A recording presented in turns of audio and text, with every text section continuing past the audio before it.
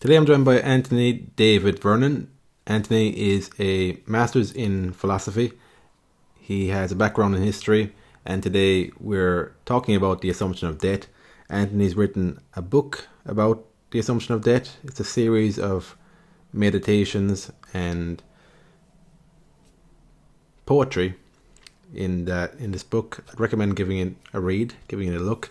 It's in the show notes if you want to check out his book, and I thoroughly enjoyed today's conversation with Anthony. If you're watching it on YouTube, then there's something new on the channel where we are experimenting with showing videos of walks around the world. So we started off here with a walk in Killarney National Park. It's a walk that I do quite often, and that's the video for today. So if you're interested in taking a look at that, seeing what Kerry is like, then check out the YouTube channel, The Chaos Artist. That's the new name of the podcast. I'll briefly mention that on the next episode, the reason for changing it. And subscribe to the channel, comment on the video, and engage. I'd love to see you participate. So thanks again for listening, and I hope you enjoyed today's episode. Okay, so thanks for being on the podcast today, Anthony. Thank you for having me. So yeah, if you just give us a little bit of background on you, you published a book recently called The Assumption of Debt. And yeah, just before we begin, just maybe give us a bit of a background on you. Yeah, my name's Anthony. I'm a Cuban American literary writer, and I'm a master's philosophy student at the University of New Mexico. So actually, do you see yourself as a philosopher or a writer or both? Both. I see myself as a literary philosopher. I know that may sound strange, but I think that's the best way to put it. I see myself akin to Holderlin in that sort of regard. Were you always like a writer from a very young age, or like, where did the tendency to ask philosophical questions come from, do you think? Um, the philosophical questions came before the writing. I think I was just always an inquisitive person.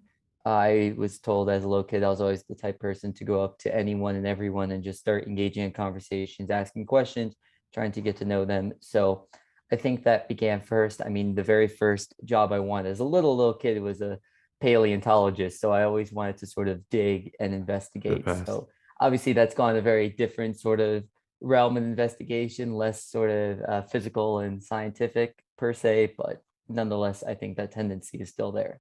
Yeah. Like you did an undergraduate in history, was it, or what was your That is undergrad? correct. Yes, I did my undergraduate in history at the University of Central Florida. And did you find like that was a good outlet for your philosophical inquiries as a degree in history, or? Yeah, well, I mean, not the history itself necessarily, but also not. But around that time when I was taking my bachelor's is when my interest shifted more towards strict philosophy. Philosophy is one of those fields that kind of not a lot of people know about or know well or know what it is, and often gets like laughed at. The Hmm. joke is often, and this is unfortunate, that the joke is often, oh, the degrees that make no money are gender studies, philosophy, and underwater basket weaving. So it was that sort of situation going on, but I never realized that I was actually doing philosophy, my whole life and through my inquiry and in my style of investigation. So yeah, and so I still have a historical background up to, the point where I could teach a high school history course, no sweat. But um, yeah, I just realized during that time period that as much as I love history, no diss to that field or anything along those lines, I just realized I had this greater love and interest towards philosophy. Why do you think there's a perception in general society of philosophy being something that isn't to be taken seriously? There's nothing valuable inherent in philosophy.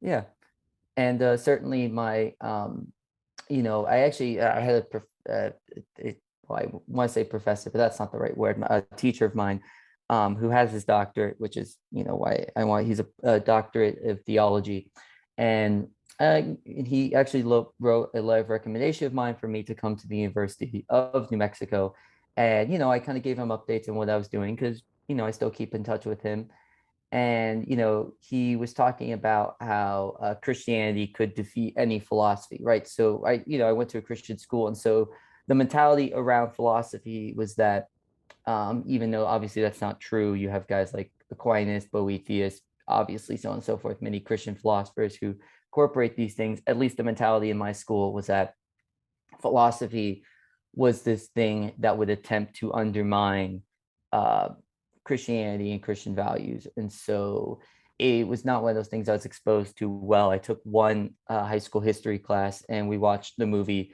God's Not Dead. And it was just a very bad portrayal of just atheism, like how most, I'm not saying that it's impossible for that sort of atheist to exist, but that's not the majority of atheists. And like it's good to be more charitable with these positions, and that philosophy class was basically just not very charitable to other philosophies and other points of views. And so that's sort of the schooling environment I grew up with philosophically. With the So you're studying a master's in philosophy. How do you find the balance between studying philosophers and taking on their thoughts and letting it inform your thinking and having your own sense of inquiring after things that you are just curious about yourself? Yeah, I see the tendency amongst a lot of my peers to basically be reiterators of their favorite thinkers, whether it doesn't matter who they are, right? And I think we all have these tendencies, of course, like we adopt ideas. But I think for myself, I think one advantage I have over my other philosophical peers is I came in with a historical background. So I came in, not like just sticking with the philosophy train. Like I didn't, I entered the culture a little bit late, I guess to say. So I had that advantage. And I think secondarily, I tried to be very investigatory. I tried to like tackle any and all assumptions, as per the title of my book. Like so I keep myself in check. And that kind of root comes from my first big assumption, at least to me. Again, I could still be wrong, but the assumption of the truth of Christianity, at least for me, falling apart, and then just being very, maybe even overly wary of like ensuring that I don't have any assumptions as a result. But that doesn't mean I don't have favorite philosophers and thinkers. I just take them for what I think they are and are not. What sort of an age were you when the assumption of Christianity, the truth behind Christianity, starting to fall apart? What type of age were you then when? Yeah, I was around, well, at least for the United States standards, fifth grade. I had to have been like, so that's around like 10, 11. So yeah, that's when that fell apart for me. Yeah. Is that when the world of assumptions opened up to you, or was it further before Yes. that? Okay, it was No, then. so before I was very investigatory, but it was more like I would investigate what was given to me, right? So I was given paleontology books. I really took on to those geography books. Like I was just a sponge of knowledge. And I just had trust in the people around me that they were giving me the truth, right? And there was never anyone who was telling me otherwise about like Christianity, as per example. um Even though my mom and dad were not religious, they didn't really do anything to whack down Christianity. Meanwhile, a lot of my not extended family, but just outside of like the nuclear family unit, were practices of Christianity. I went to Christian schools all my life, like literally beginning from like preschool. I went to Lutheran, then I went straight into a Presbyterian school. So the Jesus as Lord and Savior was never questioned. It was just one of those things it was just as true for me as was the paleontology and geography of the world. Hmm. So the assumption of death, when did you start first thinking about that seriously? Yeah, I started thinking about that. It's a little less than a year ago, when I was moving out here to Albuquerque from Miami, Florida, and the thought came in mind in New Orleans. I don't know how, I don't know when, but it just popped into my head because I just do a lot of thinking about random stuff. And the thought came into my head, okay, what's the most common assumption in the world? It's that we're guaranteed to die. And it just went from there. And I already had some old poems that talking about death that were published. So I just kind of incorporated like this new line of thought, old poems, and just kind of was able to meld it into a sporadic but coherent work, I guess is the best way Okay. to put this So book. that kind of connects to what I was going to ask you next was Can you think of any key assumptions before the assumption of death that got you to question the assumption of death? Well, I think in terms of key assumptions, I guess it's more like what is knowledge, right? Like I think that's along the lines of what worked me there. But I honestly, in this case scenario, it's not like I had this big, thought train working up like, what is assumption? This and it just kind of Hmm. came very suddenly, I guess, in a sense. Obviously, of course, I've had other assumptions in my life, like, political assumptions and obviously Christian assumptions. But I think that sort of mentality of opening myself up to questioning assumptions led to questioning this assumption. It wasn't necessarily like, filling out a syllogism. It was just more along the lines of I have this general juxtaposition, anyways, and this came about through my just investigatory tendencies. So, like before you started questioning the assumption of death, did you feel like it was something you feared more than it needed to be feared? I mean, I can say for myself, I'm very sporadic when it comes to the fear of death. It's either something I have just I'm completely fearless, or I'm just rattled with anxiety about it, right? And I flip between the two modes, and it's very mood dependent. So, and then I don't think that has necessarily gone away with me um, writing this, although I have been told by others it's helped them in that regard. I just think for me, just my personal psychology, I think I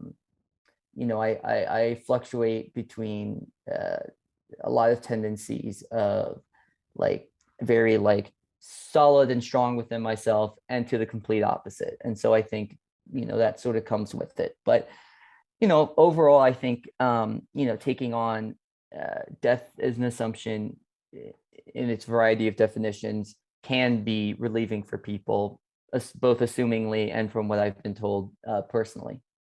So, like when you're questioning the assumption of death, are you questioning the entirety of it? Like it's not just the thought of it. Are you questioning like the body actually dying here on Earth? Like, is there any Death in every time? capacity, right? So any understanding of death is being questioned here. However, the main one I think is important, and it's pointed out in the section where I counter Heidegger.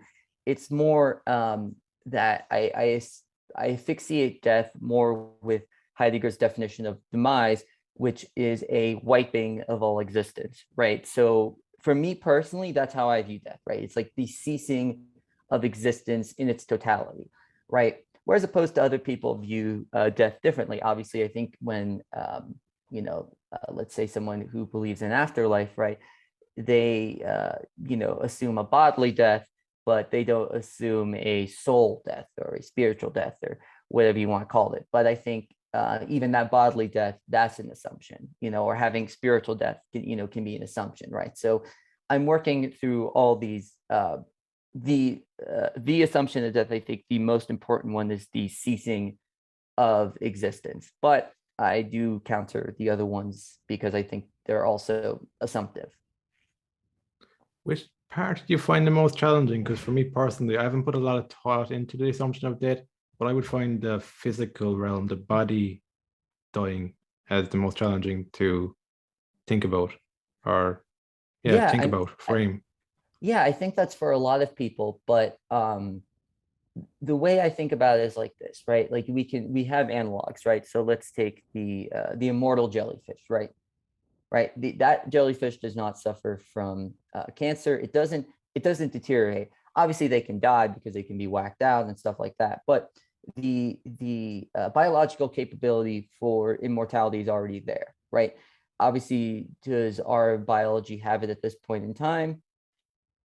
Who's to say? Who knows? Maybe there's some medicine that can unlock it, maybe not. So a lot of the bodily stuff, I think, is more I think people struggle with it out of a lack of imagination. I know that may sound like a strange way to put it, but I think a lot of people have shunned out the possibility just because they've seen everyone else die around them. But I think the problem is that I think, you know, we have a lot of similarities in our features, or at least what we perceive to be similarities in our features, right? And let's say you were to croak right in front of me, it's a pretty safe bet that I could do the same, right? So it's not saying that bodily death or any assumption, it's a bad assumption, right? It's not to say it's not a well-grounded assumption.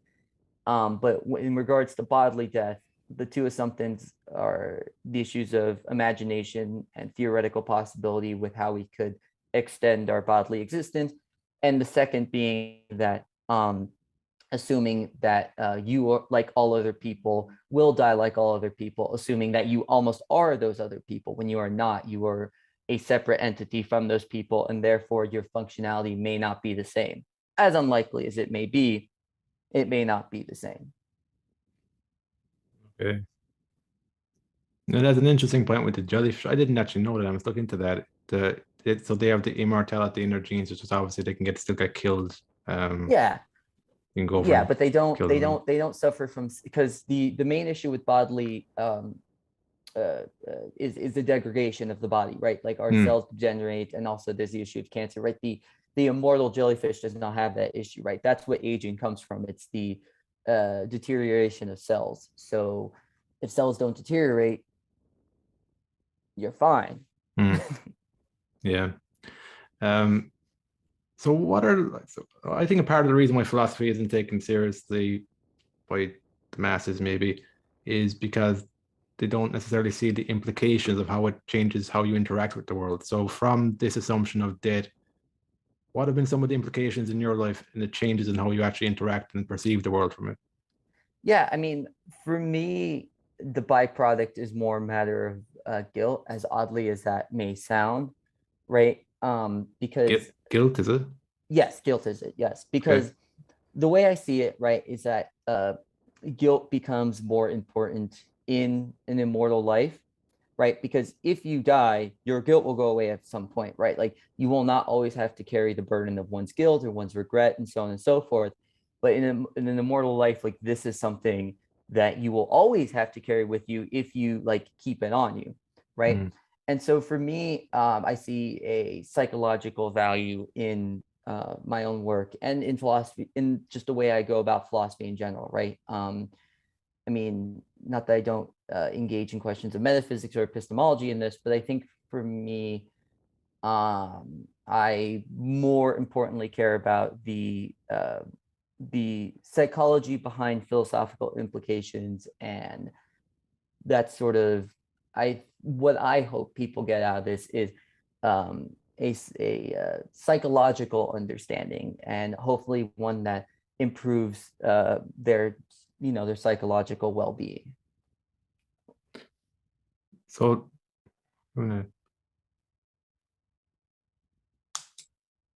so with the so does it mean that because there's this idea of immortality, the body isn't going to decay, the emotions, the problems are going to be there. Does that make you confront them in your day-to-day life then because of that? Or what's the actual practicality of how your life changes because you're viewing your life as something that's potentially immortal rather than finite and mortal? Yeah, because you're in, right, because the things you do and you will always exist in some capacity, right? So if you exist in some capacity, therefore your impact will always be, and therefore that impact is very important, right? It just stresses the greater importance of this impact. If it does not go away, cannot um you Okay. cannot not be a part of it. So I think it just stresses the importance of how we engage within reality. How do you think of impact? I um well, I mean, impact can be as simple as a cougar, walking on a trail. Impact can be as simple as thinking about friends. Like impact doesn't have to be something grand or spectacular. Impact is simply just, what is pressed upon, right? And does that connect to legacy for you as well? Like your impact Yes. leaves a legacy? Yes, that legacy isn't a matter of memory, but a matter of like impact, right? Obviously, some impacts are more felt, quote unquote, right? Like the mountain lion, walking on a trail. me thinking about the TV show Friends, right? Those things are less felt than Alexander the Great, conquering, the Achaemenid Persians, and less felt than, the Salt March of Gandhi, right? For example. But nonetheless, these are both equal in the sense that they are impacts and therefore are a part of one's legacy because they will always have been, right? The impact is just the fact that um, it occurred within a time, space, context, etc. That is the impact. Does that tie in with the assumption of death, transcending death, that the impact can be infinite? Is that part of this, or? Well, yeah, like once there's an impact, that impact will have always have been, right? So in a sense, I think the best way to get I think the most solid thing for sure that we have that beats the assumption of death is legacy, right? And not legacy as memory, but legacy as impact, because that impact will have always have been, right? So therefore, you will always, in some way. Some way live on. Yeah. Okay. Let's go back to guilt. You had a passage as well about guilt is a pleasure. Mm-hmm. Just expand on that. Like, how did you notice that within yourself? How did you notice just that guilt can become a pleasure, to something we're addicted to? Yeah, I mean, in part, it is a play on words, right? And I think so. I think it began as something more poetic, trying to like play on that sort of phrase like guilty pleasure. But I kind of realized that kind of the whole Catholic confessionals, that it kind of works like that, right? Where you go to get your fix of guilt to sort of alleviate the greater burden of whatever's actually troubling you, right? That guilt is a pleasure sometimes in of itself, and sometimes even comparatively, right? In the sense that like it's sometimes better to feel guilty, more pleasurable to feel guilty than to actually confront the issue at hand, right? Guilt is easier to confront. It's easier to make one feel better as opposed to actually dealing with the problem, right? That's why, for example, I will use a metaphor that a lot of people, when they're feeling down, will start drinking, right? It's easier to just drink and use that as a sort of medicine to alleviate oneself in a temporary sense, than as opposed to confronting the problem. And then people become addicted to that sense of guilt rather than actually confront the problems before them. They use guilt in the same way they use alcohol in dealing with problems. There, when somebody's avoiding confronting the problem and they're giving into the guilt, and maybe in some way makes them feel like a good person for feeling guilty about something, but is there also an element of they mightn't even know what they're avoiding? They're so kind of deep in denial that they don't Yeah, even know what it is anymore. right, because it loosens that burden, right? Because you become concentrated on the guilt, therefore you've alleviated the burden of like what is actually before you. But the problem is you had not actually alleviated that, right? That's why there's this common tendency for people in Catholic confessionals to return with the same confessions. Oh, Father, I have sinned, I have committed sins of the flesh, right? Whatever, and then that person will come back week after week after week after week with the exact same confession. Yeah, and it doesn't do anything. It just kind of repeats all the time. Yeah, it's like just being in a pattern. Yeah. Right, like how heroin people get stuck in that sort of cycle of like it's like I obviously I'm not going to say that guilt is equivalent to heroin in like a literal sense, but I think it's a strong and dramatic metaphor, because I think it really gets the point across about how I think guilt is something that's unnecessary, right? Like, and as you said before, like, oh, people, they talk about having guilt, like, yes, it makes me feel like a good person. Well, but it doesn't, because it doesn't solve it doesn't solve the thing that like was quote unquote bad to the person. And it's almost like this weird obligatory thing that doesn't actually solve any issues, doesn't improve oneself. It just kind of lashes at oneself, and oftentimes unnecessarily, right? Like there's plenty of things that people feel guilty over that aren't inherently bad. So it's a coping mechanism more than anything else, or an outlet, or these sorts of things. But I certainly don't think guilt has ever solved a single problem and never will. Yeah, it kind of gives you more the illusion of feeling like a good person. There's kind of the martyr image in your mind of, or just even the image of uh living a tough life and a sacrificial life and gets you rewards in an afterlife or something like that. There's a lot of cloudy kind of thinking, I think, associated with it. Yeah, I mean, for sure. I think I mean, Nietzsche points this out very well, that the sense of ressentiment towards the elites, right? Like, you may have yours now, but we will get revenge on you when we are laughing at you from heaven and you are in hell, right? Yeah. Obviously I'm paraphrasing, that's not exactly, but you see that a lot, that sort of sense of ressentiment emerge in Paul, not really in Jesus himself, but mostly in the Apostle Paul, is where these sorts of things get up and kind of infect our Western culture, where we become a very resentful, guilt-ridden culture.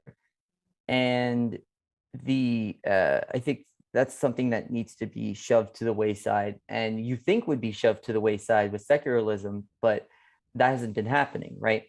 We've kept those sorts of Christian values, morals, and ethics, despite murdering God, and as Nietzsche also says. Hmm. And so what I think is the problem is, like, I think there's nothing wrong with many of the Christian values, and I've kept some of them myself, because I think some of them are like ones I preferentially agree with.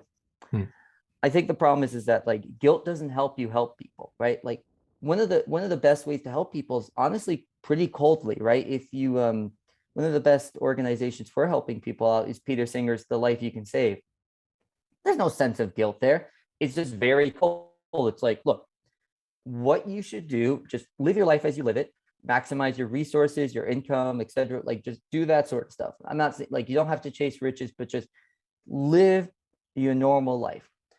The best thing you can give is resources, which is money to others, right? Your time is nice and all, but and obviously some people do need to give time to get resources out. But the point being is that what's going to actually impact and help people the most is not this sense of guilt and feeling woeful and for others, or even for yourself. It's, look, this person's blind, they need medicine, donate to this effective organization that already has volunteers, that already has individuals helping out, that's already doing good work. All they need is more resources to get that stuff out. That's how you can help the most. Just live your life and use that productivity to give to others who are already doing the wonderful work of giving, right? And that's cold. There's no like it doesn't make you a good person, it doesn't make you a bad person, it just makes you a careful person, in the sense of, yes, that person shouldn't be blind. I give $20, I can prevent a blind person, great. Like, it's like, and honestly, it's often effective in goodness to be like, to be less emotional, because you're able to actually calculate how to assist and help people the best, as opposed to this guilt-ridden, obligatory, I should, etc., etc. Yeah, I think it's, you can take like the getting away the emotion out of it, and like practically go about things in terms of helping others.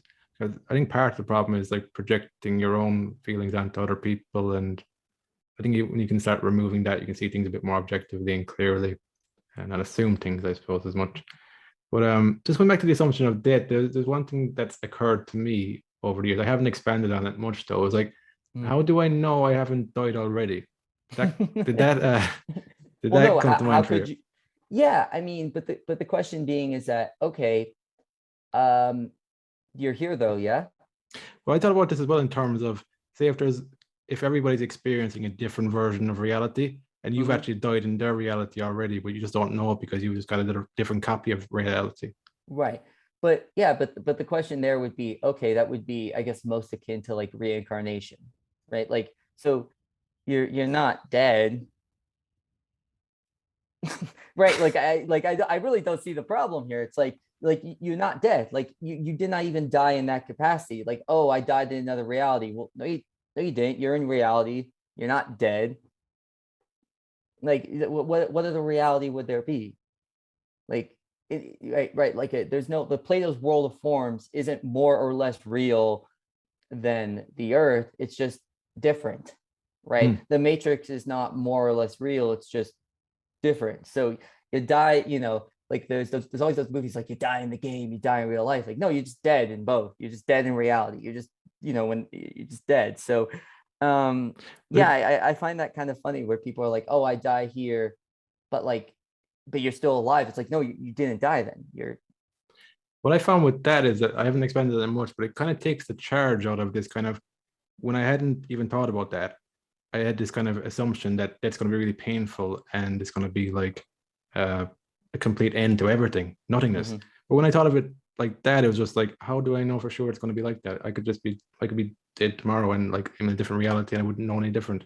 Right. Um, it kind of makes it feel a bit lighter for me when I thought about that. And I can't prove either of those ideas wrong or right. I kind of, Yeah.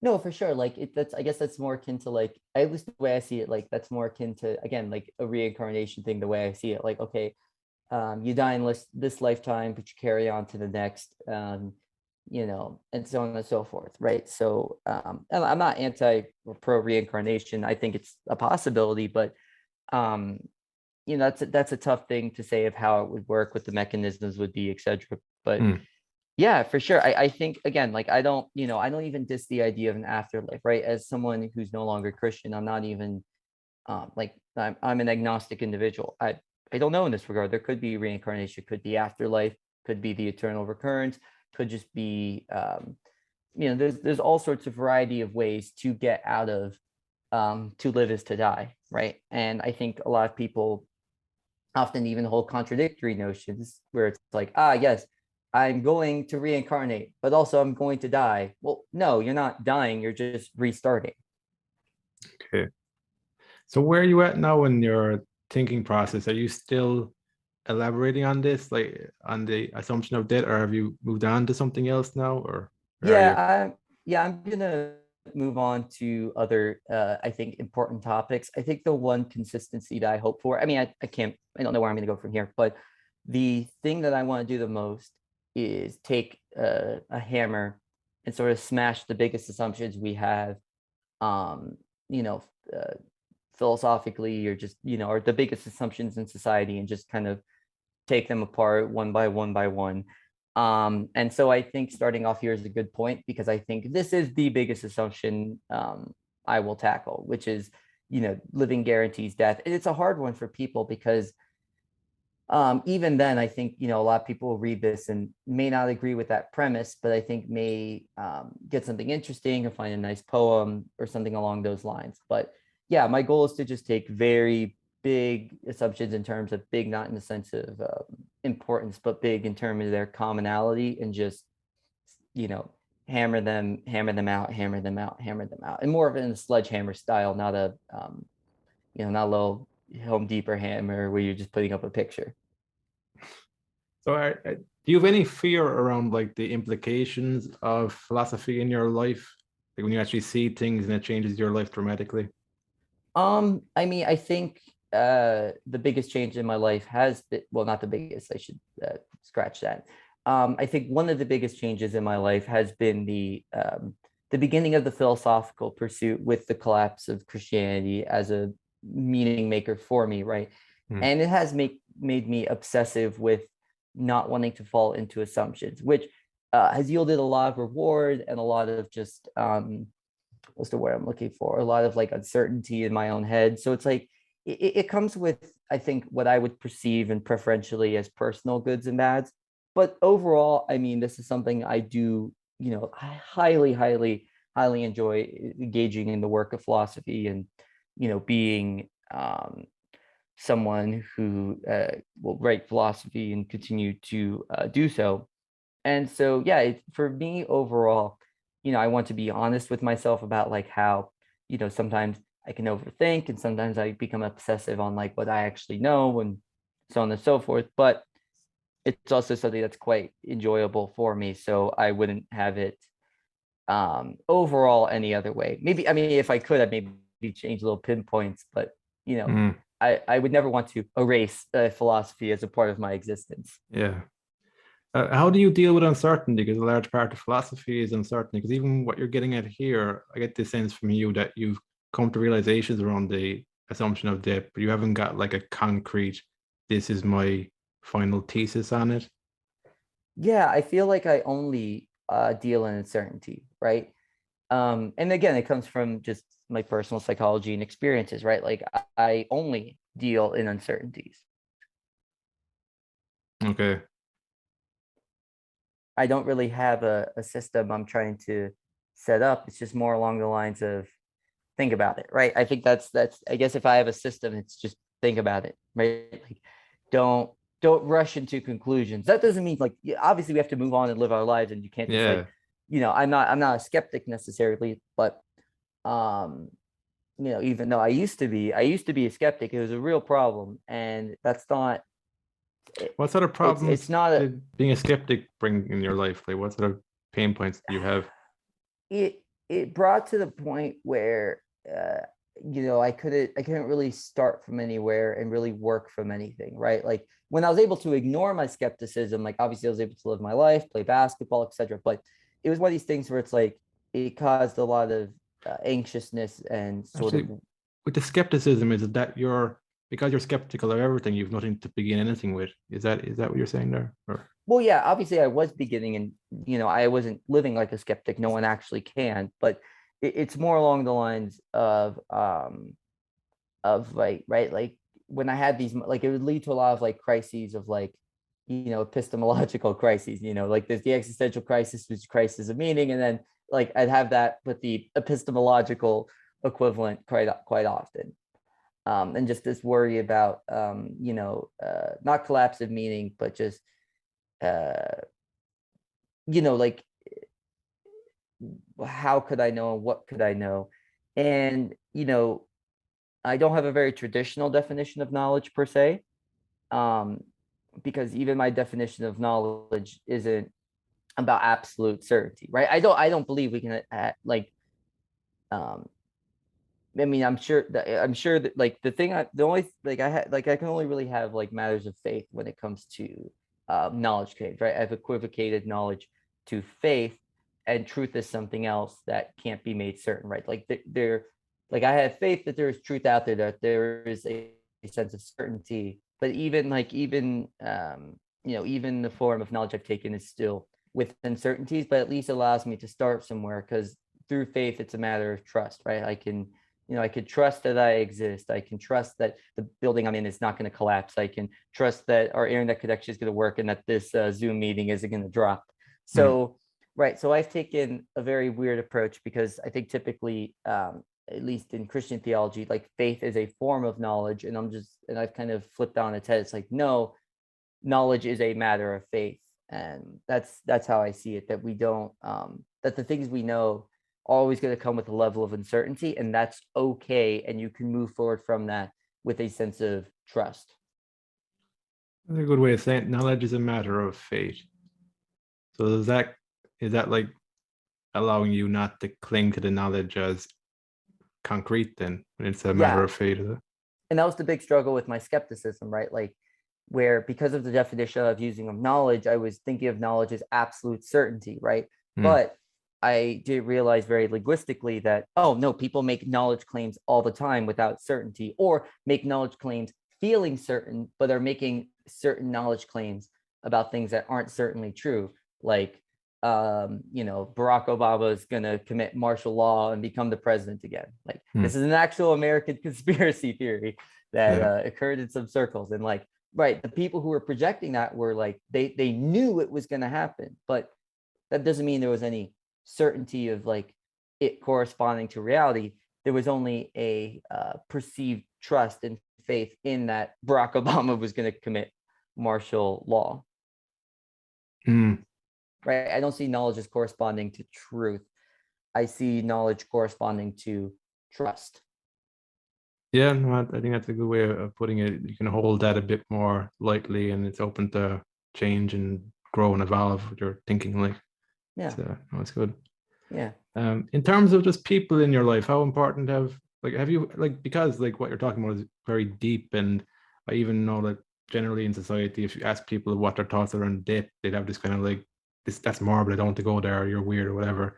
How have you yeah, like how's your life been in terms of like people who kind of get where you're coming from, or just maybe being challenged by being in settings where people don't ask these deeper questions of life? I think everyone in my life has kind of known me as that type of person, anyways. Okay. I think some people, were kind of like, what the hell? Mm, What is this? This is what you're gonna pick to write about, like death of all things? yeah. Really? Like, I just don't have any discomfort with it because I think at the end of the day, for me, right, um, I like to engage in the world for all its variety and for all its richness and depth and heights. That's how I try to live. Do I succeed? I don't know. I mean, it's hard to say, but at least that's what I attempt to do. And so for me, like touching upon um death for me is really the first stepping stone to like really being able to actually live, because I think death is one of these things that really holds people back from life. And so I think if death is something that can be overcome, whether it's in an actual physical sense or it's in a psychological sense, I think that's an important place to start to actually get into the things and the weeds of life. So yeah, in terms of my family, I mean, I've had good reactions, surprisingly enough, and a lot of people who've taken this as, I've never thought of it, because I think that's been the main reaction, because it's seen as a taboo and it's not something a lot of people want to talk about. And it comes with discomforts.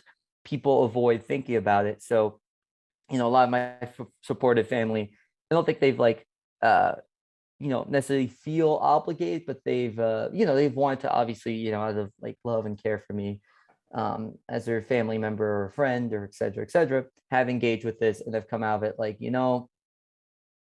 yeah, I don't think about these things, right? And that's just the case. Like, it's just a lot of people have almost this gap in death because they're trying so hard to avoid it, and by trying to avoid it, it's kind of, it's being carried on their back, Mm, um, almost in a, and they can't get over it. They can't get over death, and that's like hindering their living. It's like death is almost like a pair of iron boots trying to go up a mountain. yeah, no, I get you. It's funny. I think part of why I wouldn't think about these things before was I didn't know how to think about them. Like coming back to like having not having fate, like it's fate you're led by. Like that's really I guess when I think about these topics now, I use more like my feeling, and I just kind of follow that and my curiosity without fixating on certain thought patterns. Whereas when I used to fixate on thought patterns, it was it was actually just like it was very mentally unhealthy for me. Like because I didn't know how to go about doing it. Just I wasn't taught to think in this way. But and when I understood that a bit more, it actually made it like you're saying there, you actually feel a bit more free when you're finding the balance. Like you don't like you also don't want your mind to fixate on this stuff, but like you're able to, I suppose, because you haven't got me personally, I haven't got like I'm going to come to a fixed idea on something. That allows me to just experiment and just more of a playfulness to it because I don't think there's a destination here.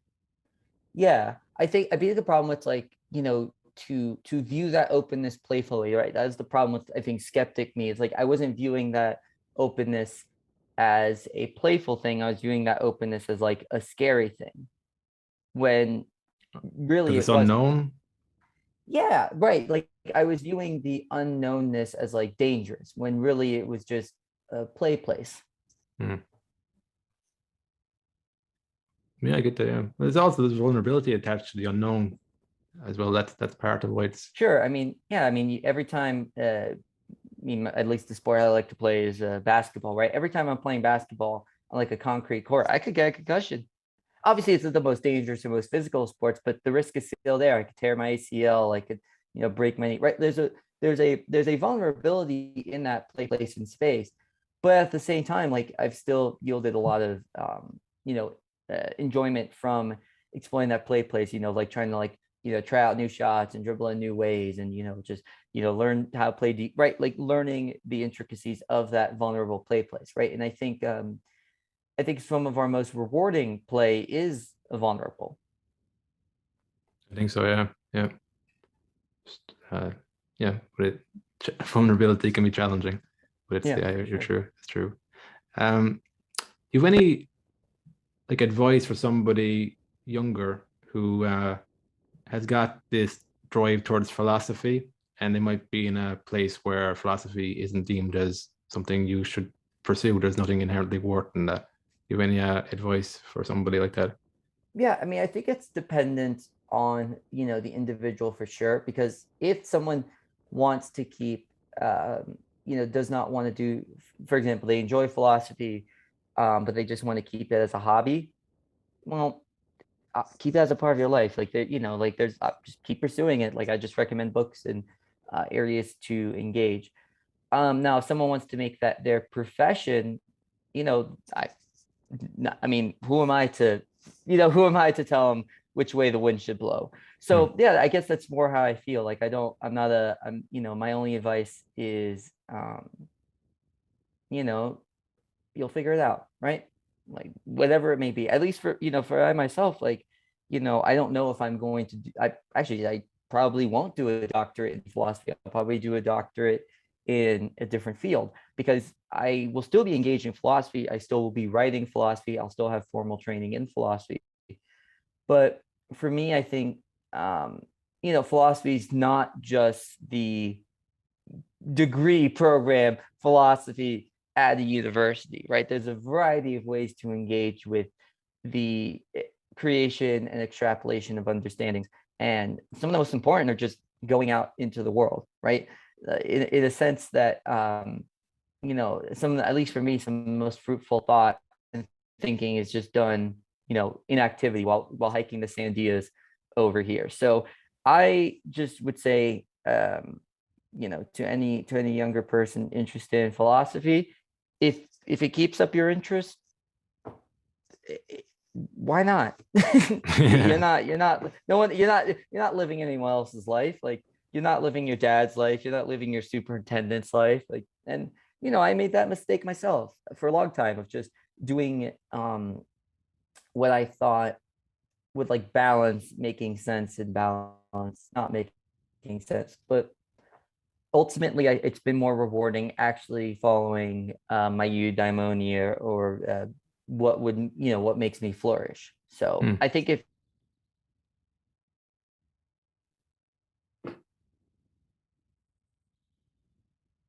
Hello? philosophy is something, if it's something that's not for the best, maybe reconsider how you engage with it. But that's about it. Okay, kind of lost you a little bit there, but yeah, at the very end, reconsider how you engage with it. Yeah, I think that's a good thing to think about. Like it comes in many forms. Like if you sort of just asking deeper questions of life is philosophy. Like you can do that without even formally studying it if you don't want to. So Yeah, exactly. yeah, no, that's great talking to you, Anthony, and exploring this topic. Something I haven't really expanded on too much, so it was great to speak to somebody who has. Yeah, for sure. I mean, it's I think the assumption even here in this book is that, yes, it's going to be solely about death. But no, I mean, the way I like to view this own work, I view it more as a work of guilt and regret, oddly enough. Like that's just the main lens I view it through, even though most of the pieces themselves are about um death and overcoming. So but yeah, no, I appreciate being had on. Like this was truly a nice conversation. Oh, thanks, Anthony. Okay, so that's it for today. Thanks again for listening, and I will speak to you on the next episode.